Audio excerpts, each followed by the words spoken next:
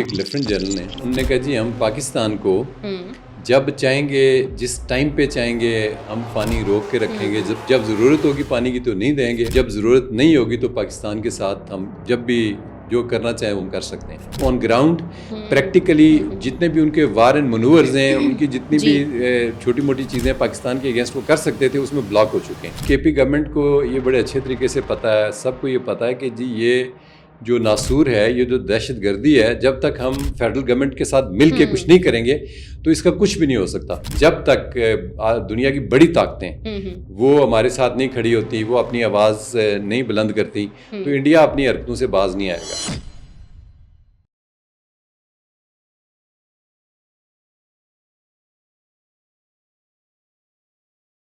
السلام علیکم. آزاد ڈیفنس کے پلیٹ فارم سے میں ہوں اریج فاطمہ. پاکستان نے آج اقوام متحدہ سے یہ مطالبہ کیا ہے کہ بھارت کی آبی دہشت گردی روکنے میں عالمی برادری ہمارا ساتھ دے, اور یقینی طور کے اوپر اس ساری سیلابی صورتحال کے اندر پنجاب کے جتنے اضلاع میں نقصان ہوا یا اوور آل پاکستان کو جتنا نقصان ہوا, اس میں بہت بڑا حصہ اور بہت بڑا ہاتھ بھارت کا بھی ہے. تو اس سب کی ذمہ داری بھارت کے اوپر بھی عائد ہوتی ہے, اور اس کا مطالبہ پاکستان نے اقوام متحدہ کے پلیٹ فارم سے عالمی برادری کے سامنے رکھ دیا ہے. اب آئندہ آنے والے دنوں میں اس حوالے سے کیا ہوتا ہے, افغان مہاجرین پہ بھی تھوڑی سی بات کریں گے, اور کے پی کے اندر دہشت گردی کو کس طریقے سے کم کیا جا سکتا ہے. ان تمام تر بیٹس پر بات کرتے ہیں. اسٹوڈیوز میں میرے روبرو ہیں کرنل ریٹائرڈ شیراز احمد صاحب. بہت شکریہ کرنل صاحب جوائن کرنے کا. کرنل صاحب, یہ جو سیلاب سے بہت زیادہ نقصان ہو گیا اور اس میں بہت بڑا ہاتھ بھارت کا بھی ہے, تو یہ جو پانی کو بھارت نے ایک ہتھ کنڈے کے طور پر استعمال کیا اور آبی دہشت گردی پھیلائی, اس میں آپ کو کیا لگتا ہے کہ پانی کو بطور ایک ایسے ٹول کے جس کو بھارت نے استعمال کیا, عالمی برادری کا اس پہ کیا ٹیک ہوگا؟ دیکھیں, اس میں انڈیا کی پوزیشن تو بڑی کلیئر ہے. میں لاسٹ ٹائم دیکھ رہا تھا ان کے ایک لیفٹنٹ جنرل نے, سم سنگھ, فورگیٹنگ ہز نیم, تو انہوں نے بڑا کلیئرلی کہا, انہوں نے کہا جی ہم پاکستان کو جب چاہیں گے جس ٹائم پہ چاہیں گے ہم پانی روک کے رکھیں گے, جب ضرورت ہوگی پانی کی تو نہیں دیں گے, اور جب ضرورت نہیں ہوگی تو پاکستان کے ساتھ ہم جب بھی جو کرنا چاہیں وہ ہم کر سکتے ہیں.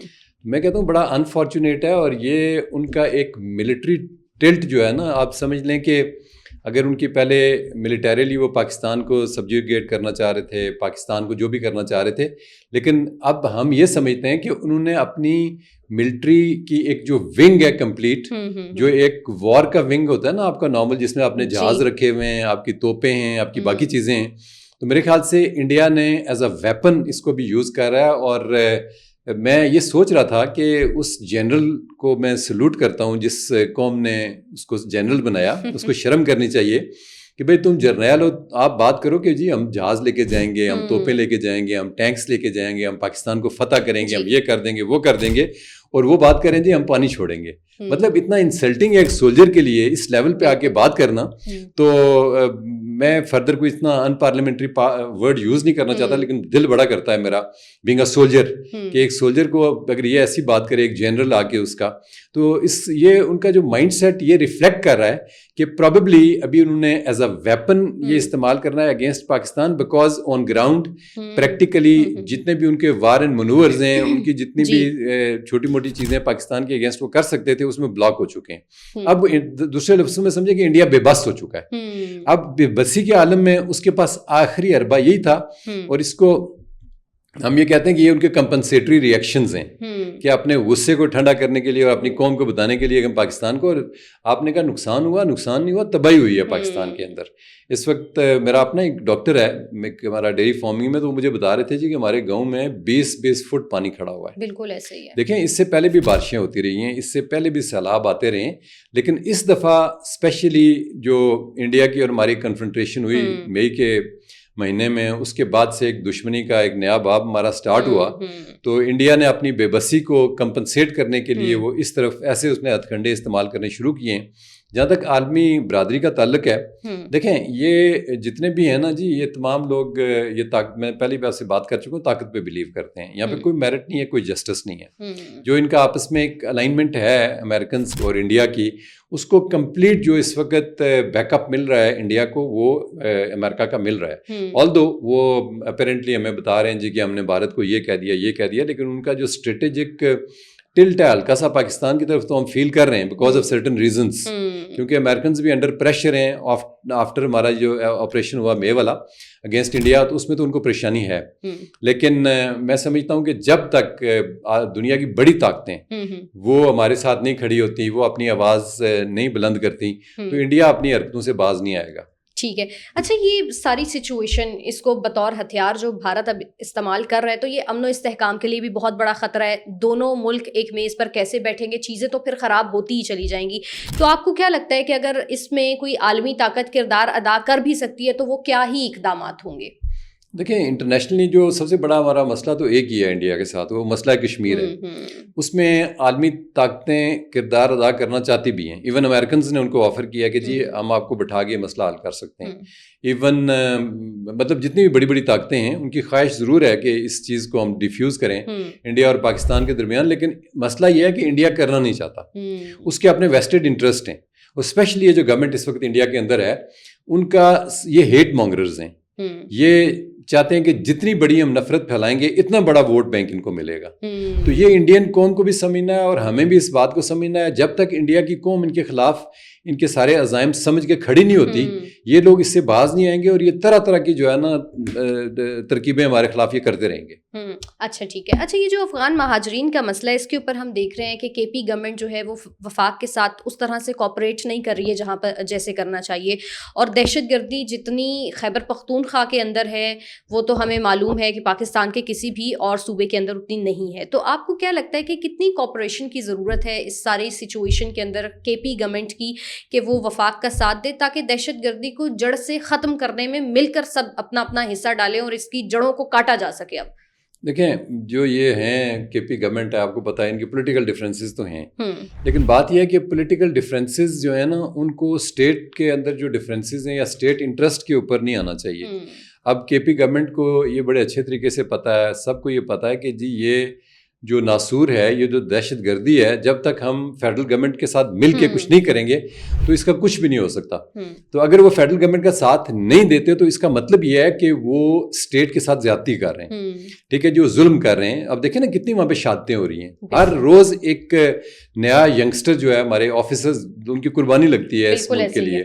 تو اس میں ان کی عوام بھی اتنی کمفرٹیبل نہیں ہے, ان کا صوبے کے اندر جتنی بھی ان کی ڈیولپمنٹ باقی ایشوز ہیں, باقی پرابلمز ہیں, مطلب اس نے ہر جگہ آپ کو ایک کینسر کی طرح افیکٹ کرنا ہے اس دہشت گردی نے.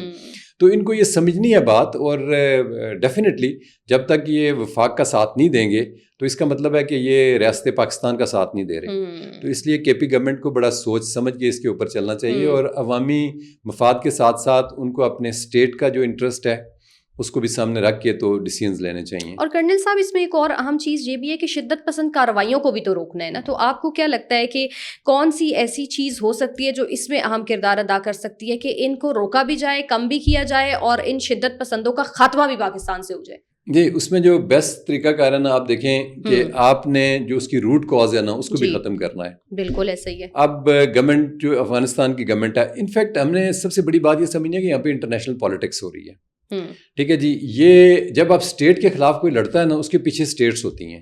انڈیویجول جتنے مرضی افیکٹو ہوں, جتنے مرضی وہ پیسے والے ہوں, جو مرضی ان کے پاس ہو, اتنے بڑے اثاثے ہیں, وہ کبھی بھی نہیں آ سکتے اگینسٹ دی اسٹیٹ. تو اب ہم نے دیکھنا ہے کہ ان کے پیچھے اسٹیٹس ہیں کون کون سی, اور ان کو فیسیلیٹیٹ کون کر رہا ہے. بیسیکلی ان کو فیسیلیٹیٹ جو اس وقت کر رہی ہے وہ افغان گورنمنٹ ہی کر رہی ہے, جو لوگ وہاں پہ ہیں, آلدو جتنا مرضی ہو گئے ہمیں نہیں پتا اس چیز کا.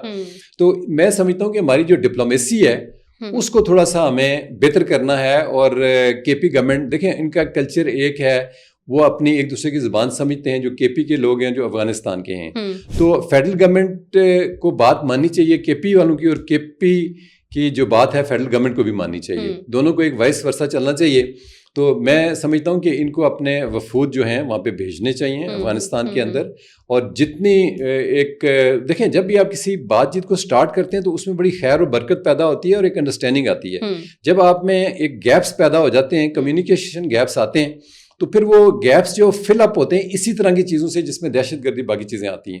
تو گورنمنٹ آف پاکستان کو یہ چاہیے کہ اپنی جو ڈپلومیسی ہے اور جو افغان گورنمنٹ ہے ان کو پراپرلی انگیج کریں, اور ان کے ساتھ مل کے اگر میں سمجھتا ہوں کہ افغانستان کے اندر بھی اگر ہمیں کوئی آپریشنز کرنے یا اسٹرائکس کرنے ہیں تو ان کی انڈرسٹینڈنگ کے ساتھ جو ہے نا ہمیں کرنا چاہیے. تو پھر آپ کو لگتا ہے کہ اگر آپریشن ہوتا ہے، کیونکہ ابھی ہم نے دیکھا کل بھی کہ انہوں نے کہا کہ ہم خیبر پختونخوا کے اندر تو کسی آپریشن کی اجازت نہیں دیں گے، تو پھر کیسے ہی آپ کو لگتا ہے کہ کوئی آلٹرنیٹیو موجود ہے یا اس کا سولوشن موجود ہے؟ دیکھیں اگر خیبر پختونخوا کے اندر ہم آپریشن نہ کریں گے تو پھر وہاں پہ دہشت گرد آپریشن کریں گے، یہ بھی ان کو بات سمجھنی چاہیے.